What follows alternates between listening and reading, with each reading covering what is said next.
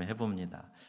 우리가 흔히 사용하는 표현 가운데 간혹 오해가 되는 그런 표현이 있는데 그 중 하나가 감사의 조건이라는 말입니다. 마치 어떤 조건이 성립돼야 감사할 수 있다라는 생각으로 그렇게 오해가 만들어질 수 있기 때문에 감사라는 말, 영어의 thank라는 말은 생각하다, think에서 나왔다 그러죠. 무슨 일이 일어나도 어떤 상황에 처해도 깊이 생각해 보면 감사할 이유가 충분히 있다 하는 사실을 우리가 알게 됩니다. 믿음의 세계에서와 감사는 이미 주어진 감사할 이유를 깨닫는 것에서부터 시작이 됩니다. 어떤 분들은요, 하나님께서 나에게 해주신 것이 없다, 자 이렇게 하거나, 아니 도대체 이 환경에서 감사할 일이 뭐가 있단 말이냐, 자 이렇게 반문하기도 합니다. 그러나 성경 고린도전서 4장 7절에 말씀하고 있어요. 뭐라고 되어 있습니까? 내게 있는 것 중에 받지 아니한 것이 무엇이냐, 이렇게 말씀하고 계세요. 그래서 감사는요, 주경학자 매튜 헨리가 이야기한 것을 들으면 더하기와 같다, 플러스하는 더하기와 같다. 감사하면 마음의 기쁨과 평안이 더해집니다. 좋은 생각, 밝은 생각, 긍정적인 생각, 견고하고 또 경건하고 거룩한 믿음의 생각, 이런 것들이 감사를 하면 할수록 계속해서 더해진다는 이야기예요. 감사하면요, 사람들과의 관계도 화평이 더해지고 사랑과 신뢰가 더해지고 행복이 더해집니다. 감사하면요, 무엇보다 감사하면요, 하나님의 은혜와 복이 자꾸 더해지는 것을 우리가 알게 되지요. 그래서 감사하는 사람은 플러스 인생을 살게 되는 것입니다. 반면에 불평과 원망은 빼기, 마이너스와 같다는 거지요. 불평하고 원망하면 좋은 것들이 자꾸 빠져나가게 됩니다. 대신 그 자리에 부정적인 것, 나쁜 것, 악한 것들로 채워지게 돼요. 그러니 그는 결국에 마이너스 인생을 살 수밖에 없는 거죠. 누구나 행복한 마음, 행복한 가정, 행복한 관계를 원할 것입니다. 비결은 작은 일이나 큰 일이나 고맙습니다, 감사합니다 라고 말하는 것이에요. 그 순간 우리 마음에 기쁨이 찾아오고 우리 가정에 행복이 찾아옵니다. 모든 관계가 평안하게 됩니다. 이것이 없으면 어떤 여건에서도 그는 불행한 사람이 되고 그가 있는 장소는 불행한 장소가 되어버려요. 그를 만나는 모든 사람들도 결국에는 영향을 받아서 이 불행한 감정, 우울한 감정, 이런 것들이 감염되게 됩니다. 그래서 감사는요, 우리 성도가 훈련해야 할 아주 중요한 습관이죠. 이 비밀을 알고 있는 사람은 안 좋은 일도 그만해서 감사하다. 그리고 잘된 일은 또 잘 되었으니까 감사하다. 그래서 이래도 감사하고 저래도 감사하고 하여튼 감사하고 일단 감사하고 무조건 감사한다. 이런 삶으로 변화되어져 가요. 여러분 한번 따라해 보시겠습니까? 그러니까 감사, 그러면서 감사, 그럴수록 감사, 그럼에도 감사. 아멘. 늘 감사하는 마음을 갖게 되면 감사가 내 인생을 플러스 인생으로 만들어준다는 말이죠. 그래서요, 감사의 조건이라는 말을 우리가 좀 조심해서 사용해야 됩니다. 본문은 바울의 감사 생활을 아주 단적으로 보여주는 말씀인데요, 지금 그가 로마 감옥에 수감되어서 답답한 나날을 보내고 있어요. 그런데 감옥 밖에는 그를 가는 곳곳에서 조직적으로 반대하던 유대인들이 있었습니다. 신자들 중에서도 반대하는 사람들이 있었어요. 상황이 이런데 감옥에 수감되어 있으니 그를 따르던 사람들, 바울을 따르던 사람들 얼마나 마음이 더 초조하고 답답했겠습니까? 그들은요, 바울에게 그를 반대했던 사람들의 근황에 대해서 매우 우려스러운 마음으로 보고하는 그런 편지를 보낸 거예요. 반대자들이 바울이 없는 틈을 이용해서 선교의 우위를 차지하려고, 사람들에게 그 리더십을 더 가지려고 그에게 심리적 고통을 주고자 전도에 더 분발하고 있다 하는 이야기를 보고했어요.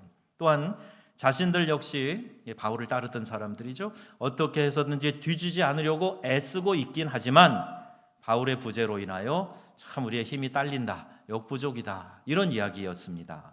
그런데 이와 같은 보고에 대한 바울의 반응이 아주 뜻밖이었어요. 뭐라 그러냐?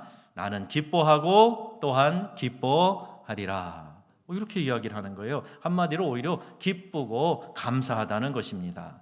아니, 반대자들이 날뛰고 있고 자신을 따르는 사람들이 고전을 면치 못하고 있는 상황인데 어떻게 이 상황을 감사하다고 할 수 있을까? 이것은요, 그가 감사의 원리를 터득한 사람이다 하는 것을 유감없이 보여주고 있어요. 모두가 우려하고 염려하는 상황을 그는 어떻게 이해하고 해석을 했는가? 12절 말씀이에요. 함께 읽습니다. 형제들아, 내가 당한 일이 도리어 복음 전파에 진전이 된 줄을 너희가 알기를 원하노라. 아멘. 자신이 수감되어서 있는 그 상황이 도리어 복음 전파에는 진전이 되었다는 것이에요. 그러면서 그 이유를 이렇게 설명하고 있습니다. 첫째로 복음 전파에 대한 강한 동기부여가 되었다. 반대편에서도 이렇게 하니까 우리도 지지 말고 해야지, 그러면서 서로 경쟁적으로 더 열심히 하게 되었다는 거예요. 자신의 수감이 그 자신을 반대하는 쪽의 사람들이나 자신을 따르는 쪽의 사람들 모두에게 복음 전파에 대한 강한 동기부여가 되었다, 이렇게 말하고 있어요. 오늘 일부에 제가 제일교회 가서 설교를 했는데 정읍에 제일 오래된 장작교회인 당신들 열심히 하십시오. 우리가 더 열심히 할 겁니다. 우리 같이 열심히 합시다. 도전하고 왔어요. 서로 경쟁하면서 상호 좋은 것들에 대해서 이렇게 도전하는 마음이 있으면 되는 거지라고 바울이 이해를 한 겁니다. 그래서 양쪽 진영이 다 같이 복음 전파에 헌신하게 되는 모습을 보고 바울이 내가 기뻐하고 감사한다.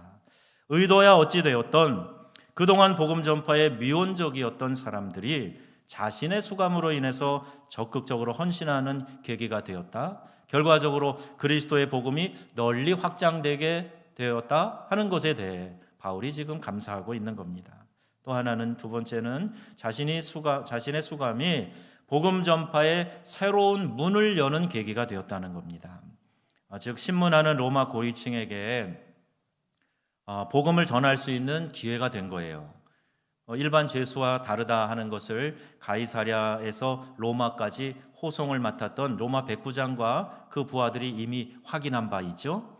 이런 사실이 그가 수감되었을 때 시위대 안에 소문이 났을 겁니다. 하나님이 이 바울이라는 사람을 특별히 보호하셔서 우리도 그 덕에 생명도 건지고 이렇게 무사히 로마까지 왔어, 이런 이야기들이 이제 소문의 소문을 통해 퍼져나갔던 거죠. 사람들은 자신이 경험한 특별하고 감동적인 사건에 대해서는 소문을 내게 되어 있어요. 본능적으로 이야기합니다. 아니, 어디 가서 맛집에 가서 맛있는 거 가성비 좋게 먹으면 막 자랑하잖아요. 그 광고비도 안 받고 자랑합니다. 그런데 이런 거 감동적인 거 소문 안 내는 사람 없어요. 다 가서 얘기합니다.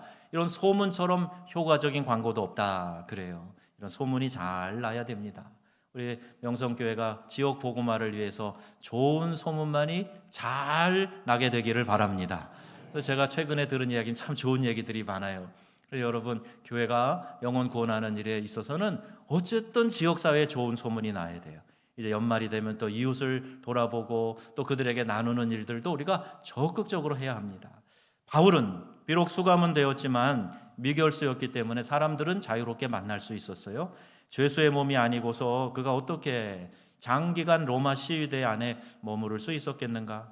또 그는 이것을 로마 고위층에게 복음을 전할 수 있는 기회가 되었다 하는 것을 깨닫고 그것을 감사하고 있는 겁니다. 그리고 그가 로마 감옥에 있는 동안 빌립보서를 비롯해서 에베소서, 골로새서, 빌레몬서, 이른바 옥중서신들을 거기서 작성을 할 수 있었던 거예요. 문서 선교 활동이 활발하게 일어났던 겁니다. 그래서 바울은 감사하다라고 회고하며 말하는 거죠. 관점과 믿음의 차이입니다. 상황이 어떤 상황이 주어져도 내가 어떤 시선으로 바라보느냐, 은행나무 잎을 어떤 시선으로 바라보느냐에 따라서 다르게 보고 이야기할 수 있어요. 어떻게 똑같은 상황을 이렇게 다르게 이해하고 해석할 수 있을까? 모두가 위기라고 걱정하고 있는데 도리어 기회라고 외치며 감사하게 되었을까? 이게 바로 관점의 차이, 믿음의 차이인 것입니다.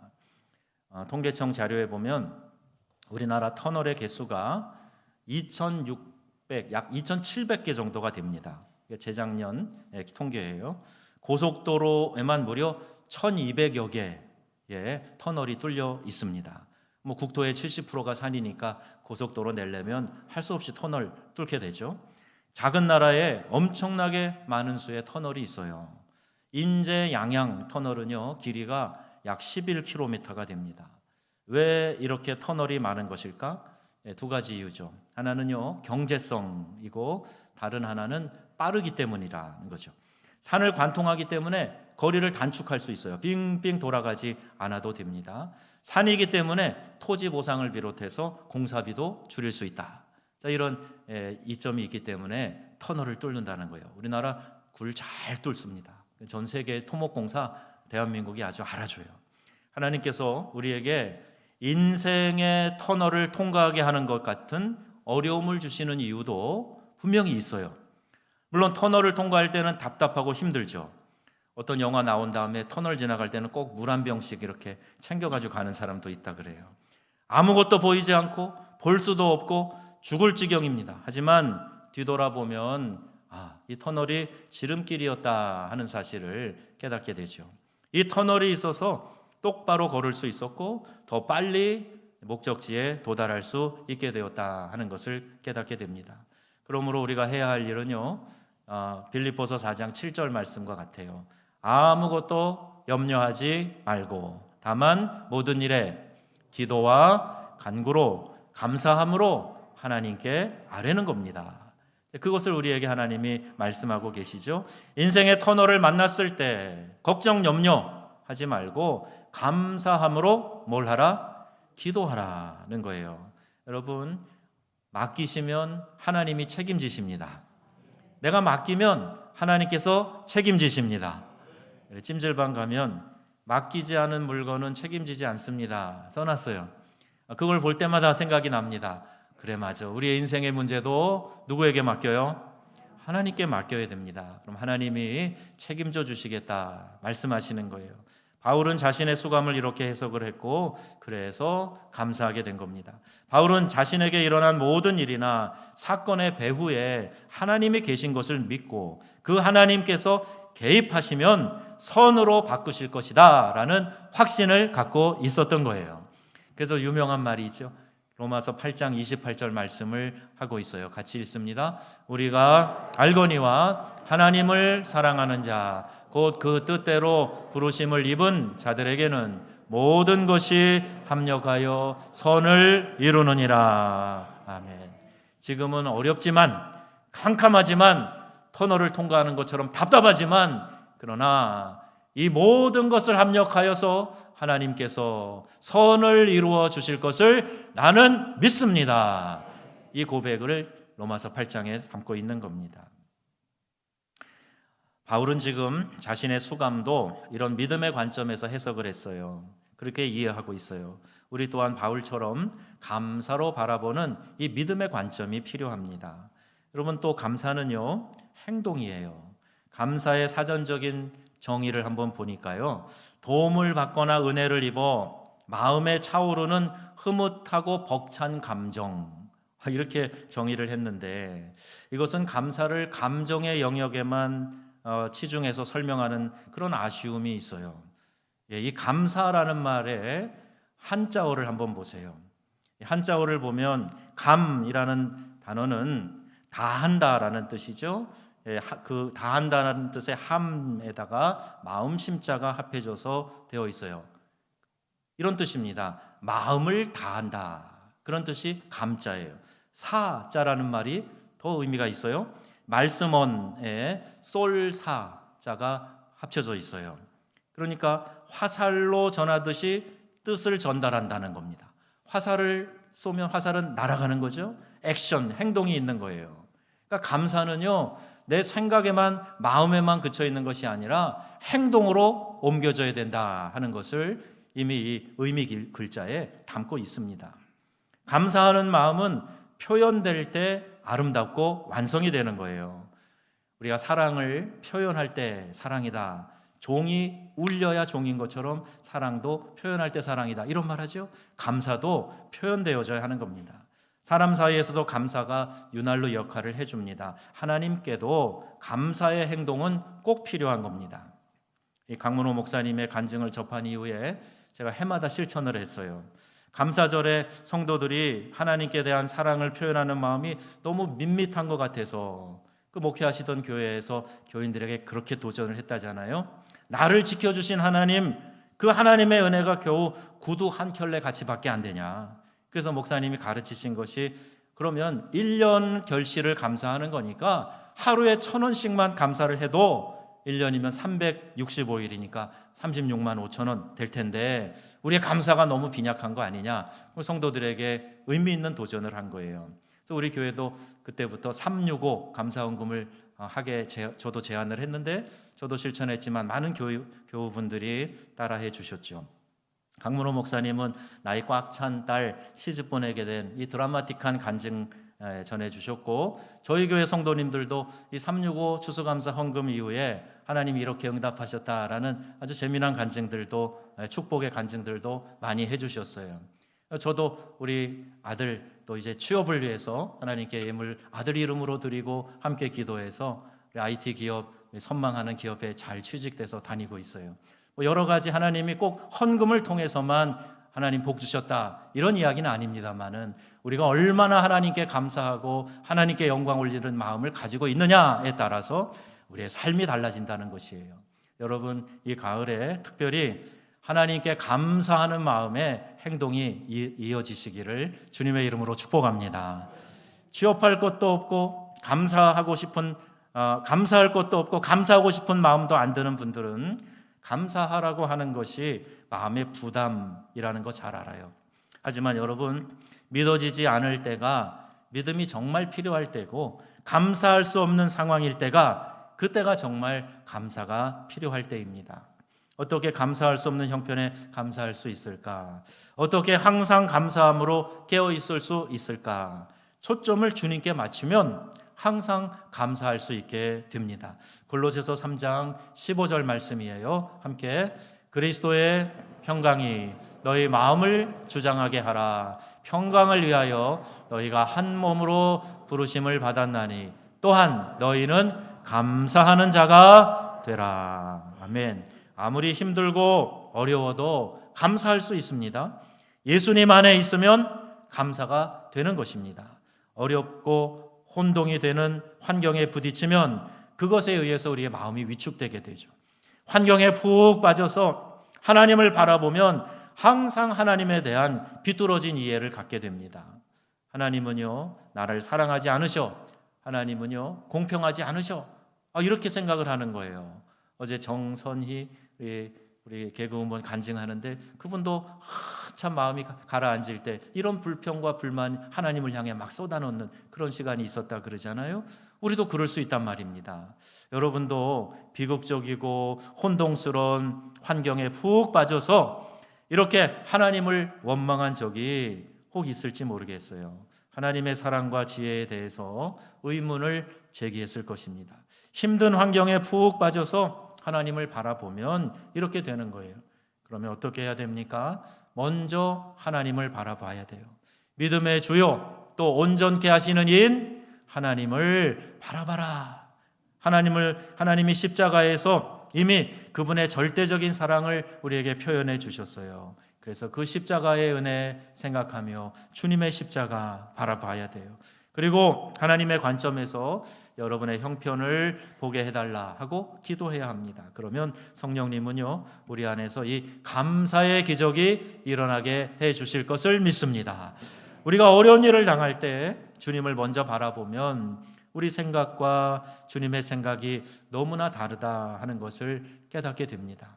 제자들은요, 이 풍랑에 우리가 다 죽게 된 것을 알지 못합니까? 예수님에게 짜증내면서 예수님을 흔들어 깨워요. 우리가 다 죽게 됐다는 거예요. 베세다 들판에서는 우리가 다 지금 배고프다, 굶었다, 나사로는 죽었다 이렇게 얘기합니다. 그러나 주님은요, 풍랑에서 건져주시죠. 들판에서 먹여주십니다. 그리고 죽은 나사로도 살려내셨어요. 다 놀라운 간증이 되었습니다. 그러므로 우리는 상황과 형편을 판단하기 전에 먼저 주님께 물어야 됩니다. 여러분, 시련과 어려움이 찾아왔을 때 그때 어떻게 이겨내야 되는가? 어떻게 그 어려운 터널을 통과해야 되는가? 첫째는요, 감사하는 거예요. 그럼 감사를 한번 생각해 보세요. 어떤 감사가 있을까 한번 찾아보세요. 그러면 이것이 출발이 됩니다. 힘들다, 죽겠다, 짜증난다 이렇게 하다가 정말 무너지게 돼요. 그래서 감사절을 우리에게 허락하신 겁니다. 1년에 2번 우리가 감사절기를 지내요. 맥주감사 그리고 추수감사절. 하나님 앞에 우리가 얻은 수익에 대해서 하나님께 감사하는 그런 절기로 지킵니다. 이 감사절은 감사 훈련하는 날이에요. 감사하라 하는 이 말씀을 붙들고 이 말씀을 힘을 다해 실천하기로 결단하는 그런 날로 여러분 삼아 보시기를 바랍니다. 전혀 부담이 안 가는 정도는 나의 최선이 아니에요. 우리가 간혹 이런 얘기를 하는데 이제 근력 운동을 할 때 근육을 만들려면요, 그러면 내가 할 수 있는 힘에 최선을 다해야 됩니다. 근육이 아플 정도로 할 수 있는 힘을 다해서 마지막까지 하고 한 번 더 접어서 올릴 때까지 해줘야 얄통이 생기고 근육이 나오는 거예요. 여러분, 우리의 믿음도 마찬가지입니다. 늘 할 수 있는 범위 안에서 감당할 만큼만 슬렁슬렁 하다 보면요, 믿음의 성장이 없어요. 믿음이 도약하려면 여러분 할 수 있는 선에서 내가 요만큼만 더 전진해야 되겠다, 한 걸음만 더 나가봐야 되겠다 하는 그런 믿음의 결단과 도전이 있어야 합니다. 절기가 될 때마다 감사원금 어떻게 하지? 얼마 하지? 적당히 알아서 해. 이렇게 하는 거 하나님 그런 대접 받으신 하나님 아니시라 그랬죠. 어떻게 하면 최선을 다할 수 있을까? 저는 감사절 헌금 준비할 때마다 생각해요. 나는 정말 재정에 있어서 하나님을 하나님으로 섬기고 있는가? 내가 하나님을 하나님으로 왕이신 나의 하나님이요 그러면서 정말 하나님을 왕 대신 하나님으로 내 영혼의 주인으로 모시고 살아가고 있는가? 의리 있는 사람은 누군가로부터 은혜를 입으면 어떻게 해서든지 그 감사의 마음을 보답하려고 합니다. 그래서 신의를 지키게 되고 그 사람과의 관계를 잘 유지해 가게 돼요. 우리가 하나님을 믿는 신앙 안에서 하나님에 대한 이런 감사의 마음을 지키는 의리가 우리 가운데 있어야 된다.